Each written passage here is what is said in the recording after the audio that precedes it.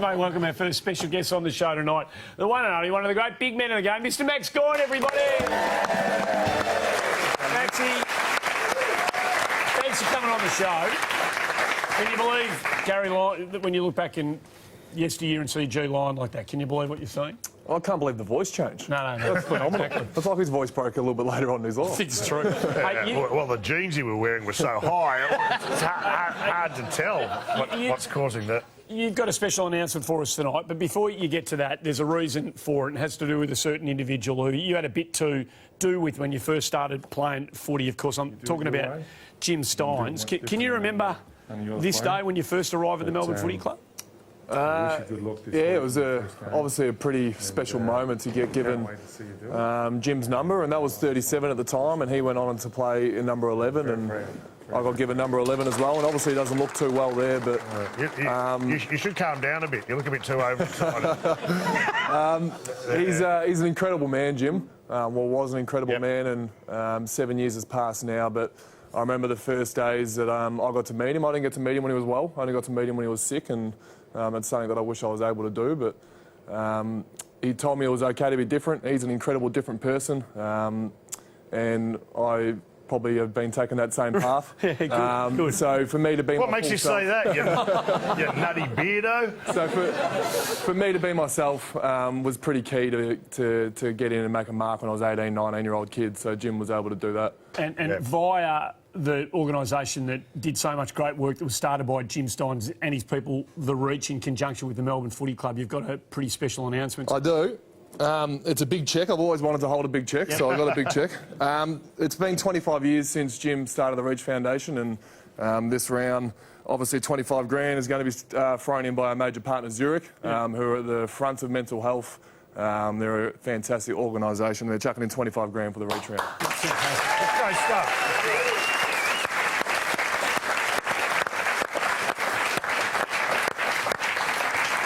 Great stuff, well done. Of course, there's the campaign that you're doing this week, against cyberbullying, which is a really important thing that the footy club's doing on the weekend. Yeah, and it's sort of come at a pretty good time, to be honest. AFL seems to be going through a fair bit of online bullying and harassment and discrimination through social media, and it seems like Jim was ahead of his time in a way, starting this organisation 25 years ago. It's sort of in the forefront of all of our minds right now. So hopefully it creates a bit of awareness and we can raise a bit of money for Reach. Just reading between the lines, I think it's cyberbullying, Max. You're against it? I just want to clear these things up. It was a grey area. It was a grey area. Hey, I want to ask your opinion on an incident in the match last week against Geelong that occurred that I'm not sure about.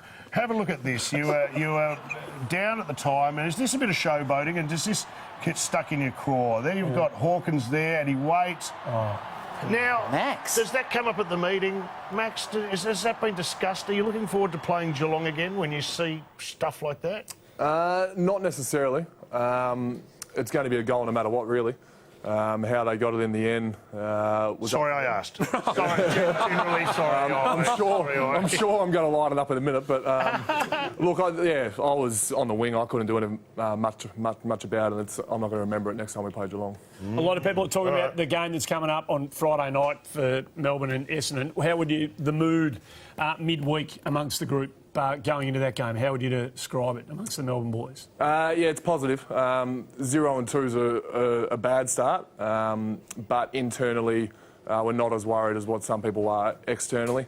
So we know that we will get better eventually. Pretty hard to go through a season 0-22, so we're going to win one eventually. We don't want that. That's right. And hopefully it's this week against the Bombers, and hopefully we can get some momentum from there and get back to where we were. As long as your club just stops taking every game as if it's a preliminary final, I'm sure you can. Max, I'm sorry. Are you having a good time on the show, Max? I wanted to... No, you know the topic of the Twilight Grand Final? Yeah, yes, massive. You know, day, night, Twilight, when was that? That was recently in the news, Max. I'll get you... Well, your thoughts on it, to me, I enjoyed and they were quite unique.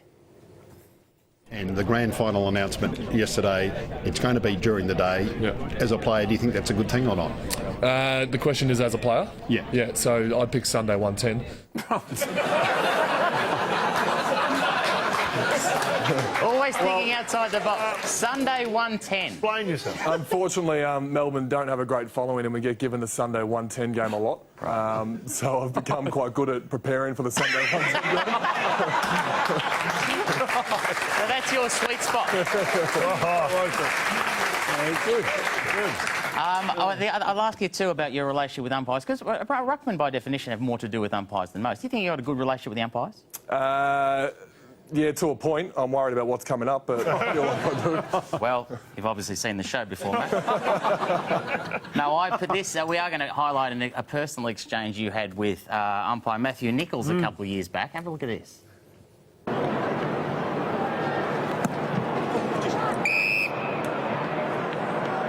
do you have to do that for?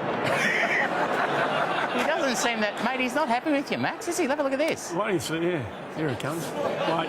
Whoa! That's genius. You know you're in trouble when the umpires looking at you like you're a bit of a dickhead. What have you done, mate? I honestly thought it was all fun until he gave me that last look, and then I realised I was in a bit of trouble. Did it cost you for the rest of the game? Did he punish you? We did go on and win that game, so Okay. yeah, lucky enough. That's I reckon that's the second. That's the second biggest hit out I've ever seen you perform, Max. The biggest one, of course, would be this one. This one here. When you went up against Mick this day, and it was pretty close, Mick. Have a look. Have a look where that ball went. That's an inside 50. Okay, but have a look. I'm unlucky here because I probably get there first and I've got the box position. Right, yeah. And then here at the moment of leap, that's a 50-50. It's genuine. Yeah. No, you're stiff. Personally, I feel I'm better around the ground. Yeah. And I pick up a lot of possessions and I'm mobile.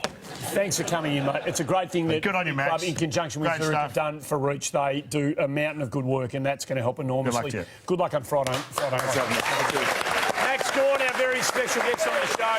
Don't go anywhere. When we come back from one great of the modern game to a champion of yesteryear,